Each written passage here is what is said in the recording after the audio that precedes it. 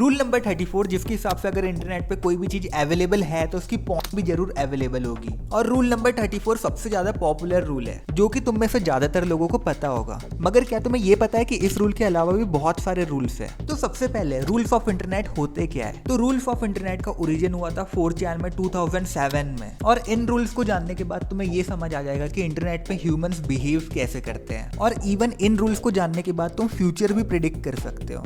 मजाक नहीं कर रहा हूं मैं। तो मैं तुम्हें एक्सप्लेन करना चालू करूंगा रूल नंबर 11 से, और स्टार्टिंग के 10 रूल पे हम बाद में बात करेंगे। Rule number 11, all your carefully picked arguments can be easily ignored. तो इस रूल के हिसाब से अगर तुम इंटरनेट पे किसी के भी साथ आर्ग्यूमेंट्स कर रहे हो और तुम अपनी बात रखने के लिए कितनी भी अच्छी रिसर्च कर लो, कितने भी अच्छे फैक्ट्स पे बात करो, सामने वाला सिंपली तुम्हारी बातों को इग्नोर कर सकता है। रूल नंबर 12, एनीथिंग यू से can and will be used against you. अगर तुम इंटरनेट पे कुछ भी बोलते हो या फिर कुछ भी लिखते हो तो ये पक्की बात है कि तुम्हारे वर्ड्स को तुम्हारे ही अगेंस्ट यूज किया जाएगा फ्यूचर में। जैसे तुम मेरा ये वाला चैनल देख लो, अभी हमारे पास 1000 सब्सक्राइबर्स है, और अगर आज से 2 साल बाद तक भी मैं वीडियो बना रहा होगा तो तुम एक चीज नोटिस करोगे कि मेरे ही क्लिप्स काट के मेरे ही अगेंस्ट यूज की जाएगी। ये पक्की बात है। ये ध्रुव राठी के साथ भी हुआ है, ये एल्विस यादव के साथ भी हुआ है, ये कैरी मिनाटी के साथ भी हुआ है, ये सबके साथ हुआ है और ये मेरे साथ भी होगा। रूल नंबर 13, एनीथिंग यू से can be turn into something else. इस रूल के हिसाब से इंटरनेट पे तुम कुछ भी बोलते हो तो सामने वाला उसका मीनिंग कुछ भी निकाल सकता है, या फिर वो ये भी कर सकता है कि तुम्हारे क्लिप्स काट काट के जो तुमने बोला भी नहीं वो भी तुमसे बुलवा सकता है। और अब तो एआई की मदद से लोग पता नहीं क्या क्या कर रहे हैं यार। Rule number 14, do not argue with trolls, it means that they win. अगर इंटरनेट पे तुम्हें कोई भी ट्रोल करता है तो उनके साथ आर्ग्यू मत करो, क्योंकि ज्यादातर ट्रोल्स बस तुम्हें चिढ़ाने के लिए होते हैं। मगर तुम उससे अगर फिर भी आर्ग्यू करना चाहते हो तो मैंने तुम्हें पहले बताया कि तुम कितनी भी रिसर्च करके उसके साथ आर्ग्यू करो, वो सिंपली तुम्हारे आर्ग्यूमेंट्स को इग्नोर कर सकता है। Rule number 15, the harder you try the harder you will fail. इस रूल के हिसाब से तुम जितना ज्यादा एफर्ट किसी चीज को अचीव करने के लिए डालोगे उतना ही ज्यादा तुम्हें दुख लगेगा जब तुम वो चीज को अचीव नहीं कर पाओगे। Rule number 16, if you fail in epic proportions it may just become a winning failure. इस रूल के हिसाब से अगर तुम इंटरनेट पे बार बार फेल होते हो या फिर कुछ एपिक तरीके से फेल होते हो तो तुम फेल नहीं हुए हो, तुम विनिंग फेलियर की कैटेगरी में आ चुके हो। जैसे अगर मैं तुम्हें एग्जांपल दूं तो तुम एक बार आइसो स्पीड को देखो, उसकी ज्यादातर वायरल वीडियो विनिंग फेलियर की कैटेगरी में आती है। वो अजीब अजीब से चैलेंजेस अटेम्प्ट करता है जिसमें वो फेल हो जाता है। वो अपने घर के अंदर पटाखे जला देता है, इवन वो लाइव स्ट्रीम में अपनी पीपी रिवील कर देता है। ये सारी चीजें फेलियर ही है। तो आइसो स्पीड जानबूझ के फेल होता है, और फेल भी नॉर्मल तरीके से नहीं होता है, एपिक तरीके से होता है जो कि विनिंग फेलियर में कन्वर्ट हो जाता है। Rule number 17, every win fails eventually. इस रूल के हिसाब से इंटरनेट पे सक्सेस परमानेंट नहीं है।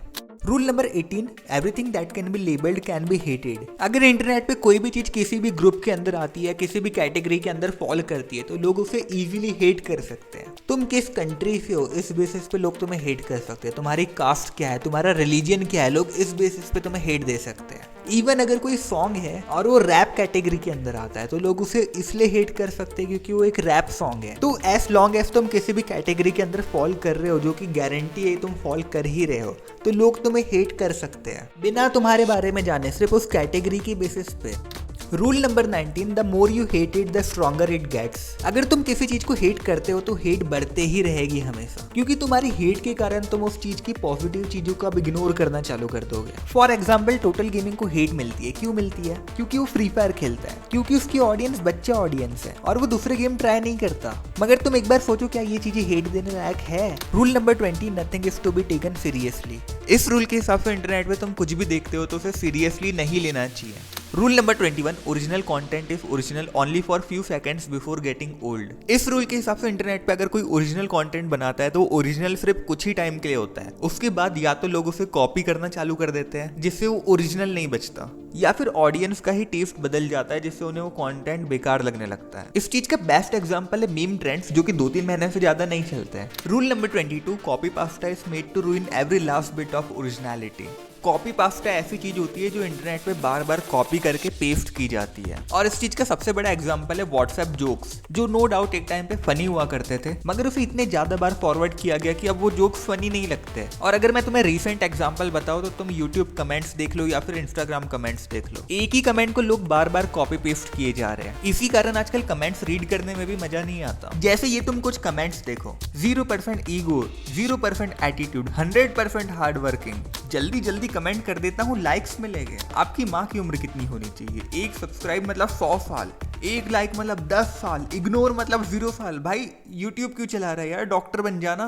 और इस चीज का वर्स्ट पार्ट ये है कि हर वीडियो में से कॉपी पेस्ट किया जाता है। तो चलो अब अगले रूल पे बात करते हैं। तो rule number 23, copy pasta is made to ruin every last bit of originality. Copy pasta ऐसी चीज होती है जो इंटरनेट पे बार बार कॉपी करके पेस्ट की जाती है। और इस चीज का सबसे बड़ा एग्जाम्पल है व्हाट्सएप जोक्स, जो नो डाउट एक टाइम पे फनी हुआ करते थे। अरे ठीक है यार, तुम समझ गए होगे कि एक ही रूल को 2 बार क्यों लिखा है। Rule number 24, every repost is always a repost of a repost. Basically ये रूल ये बताना चाहता है कि एक पोस्ट बहुत बार रिपोस्ट होती है ऑनलाइन। अब कौन सी पोस्ट ओरिजिनल है और कौन सी नहीं, ये बताना बहुत ज्यादा हार्ड है। Rule number 25, relation to the original topic decreases with every single post. So let's say तुम व्हाट्सएप पे एक ग्रुप बनाते हो पढ़ाई करने के लिए। अब इस रूल के हिसाब से उस ग्रुप पे तुम जितने ज्यादा पोस्ट करोगे, जितने ज्यादा मैसेजेस करोगे, तुम अपने ओरिजिनल टॉपिक से भटकते जाओगे। तो तुमने ग्रुप तो बनाया था पढ़ाई करने के लिए, मगर तुम 2 दिन बाद वो ग्रुप खोल के देखोगे तो तुम्हें दिखेगा कि वहां पे मूवी देखने का प्लान बन रहा है। Rule number 28, always question a persons gender just in case it's really a man. अगर तुम ऑनलाइन किसी लड़की के साथ बात कर रहे हो तो मेक श्योर कि वो लड़की ही हो, क्योंकि ऑनलाइन एक लड़की का लड़की होना बहुत ज्यादा मुश्किल है।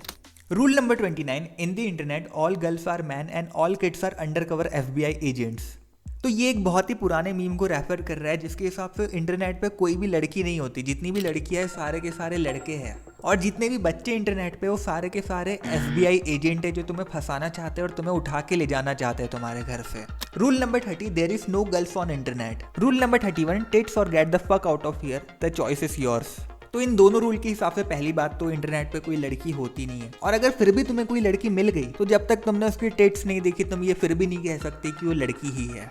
ऑफ कोर्स यहाँ पे मीम सेंस में बात चल रही है, तो तुम किसी भी लड़की को ये मत बोलना टिट्स दिखा टिट्स दिखा। Rule number 32, you must have pictures to proof your statements. Internet पे अगर कोई कुछ भी बोल रहा है तो उसके पास प्रॉपर फोटोज होनी चाहिए अपने पॉइंट्स को प्रूफ करने के लिए। मगर आई थिंक इस रूल के अंदर भी एक अमेंडमेंट होना चाहिए, क्योंकि आजकल फेक फोटोज बनाना बहुत ज्यादा आसान हो चुका है। Rule number 33, lurk more it's never enough. तो लर्किंग मतलब होता है कि एक ऐसा पर्सन जो किसी भी कम्युनिटी या फिर किसी भी चीज को बस ऑब्जर्व करता है, वो उसमें कभी पार्टिसिपेट नहीं करता। तो तुम भी एक लुर्क मत बनो। मेरी वीडियो को लाइक करो या फिर कमेंट करो नीचे। एक कुछ लिखने को नहीं मिल रहा तो मुझे एक गाली ही दे दो यार। तो अब बात करते हैं रूल नंबर 34 की, जो कि हमारा सबसे ज्यादा पॉपुलर रूल है। There is porn of it, no exception. तो इस रूल के हिसाब से अगर इंटरनेट पे कोई भी चीज है तो उसकी पॉर्न भी जरूर अवेलेबल होगी। Rule number 35, if no porn is found at the moment it will be made.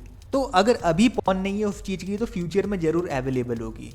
Rule number 36, there will always be even more fucked up shit than what you just saw. हो सकता है कि तुम internet की बस clean side को ही use करते हो, इसलिए तुमने ज्यादा फक्ड अप चीजें अभी तक देखी नहीं है इंटरनेट पे। मगर मैंने बहुत सारी फक्ड अप चीजें देखी है इंटरनेट पे, and I totally agree with this rule. और मैंने जो जो चीजें देखी है अभी तक, मैं उसके ऊपर फ्यूचर में वीडियोस भी बनाने वाला हूँ। Rule number 37, you can not divide by 0 just because calculator says so. तो ये रूल भी एक मीम के ऊपर बेस्ड है, जिसके हिसाब से अगर तुम 0 से डिवाइड कर लेते हो तो या तो ब्लैक होल खुल जाएगा, या फिर अर्थ पलट जाएगी, या फिर सुनामी आ जाएगी। तुम्हें ये सारे मीम्स देख के समझ आ रहा होगा मैं क्या कहना चाह रहा हूँ। Rule number 38, no real limits of any kind apply here, not even the sky. इस रूल के हिसाब से इंटरनेट पे कोई भी तुम्हारे ऊपर लिमिट नहीं डाल सकता, कोई भी तुम्हें रेस्ट्रिक्ट नहीं कर सकता। मगर ये रूल 4chan के ऊपर बेस्ड है, तो 4chan के लिए तो ट्रू है, क्योंकि वहां पे रेस्ट्रिक्शंस बहुत ज्यादा कम है यूजर्स पे। मगर ये प्लेटफॉर्म लाइक यूट्यूब के लिए बिल्कुल भी ट्रू नहीं है, क्योंकि हमारे ऊपर एक लिमिट होती है, हम उस लिमिट से ऊपर यूट्यूब के ऊपर नहीं जा सकते। Rule number 39, caps lock is cruise control for cool. Rule number 40, even with cruise control you still have to steer. तो पहले के टाइम में लोगों को लगता था कि जब वो कैपिटल में लिखते हैं तो बहुत ज्यादा कूल लगते हैं। तो ये 2 रूल्स यही बताना चाहते हैं कि कैपिटल में कुछ भी लिखने से तुम ज्यादा कूल नहीं बन जाते।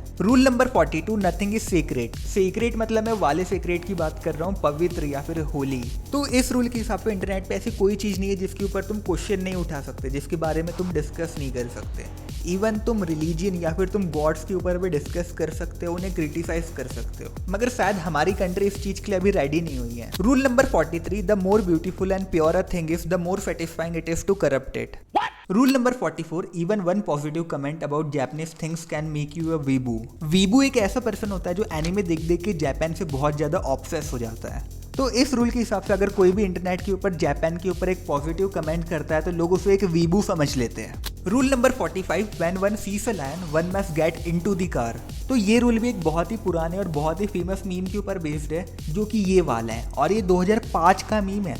Resistor capacitor Jesus Christ it's a lion get in the car. तुम सोच सकते हो 2005 का मीम है और ये इतना फनी है, मगर इस जोक की मैंने डिलीवरी इतनी बेकार करी कि शायद तुम्हें ये फनी नहीं लगा होगा। तो देखो, मैंने तुम्हें रूल नंबर 11 से लेकर रूल नंबर 45 तक सारे रूल समझा दिए। बीच में मैंने एक दो रूल्स को स्किप कर दिया। अगर तुम्हें वो रूल फिर भी जानने हैं तो नीचे डिस्क्रिप्शन चेक करो, उसमें तुम्हें मिल जाएंगे वो रूल्स। तो अब रही बात रूल नंबर 1 से लेकर 10 तक की, तो ये रूल्स मैं तुम्हें तब बताऊंगा जब मैं तुम्हें 4chan के बारे में बताऊंगा, क्योंकि रूल नंबर 1 से लेकर 10 को समझने के लिए सबसे पहले तुम्हें 4chan को समझना जरूरी है। तो जब तक मैं 4chan के ऊपर एक वीडियो बना रहा हूँ, तब तक तुम स्क्रीन पे जो वीडियो दिख रही है इस पे क्लिक करके एक बार देखो। मैं गारंटी से बता रहा हूँ ये वीडियो बहुत अच्छी है और तुम्हें बहुत मजा आएगा ये वीडियो देख के।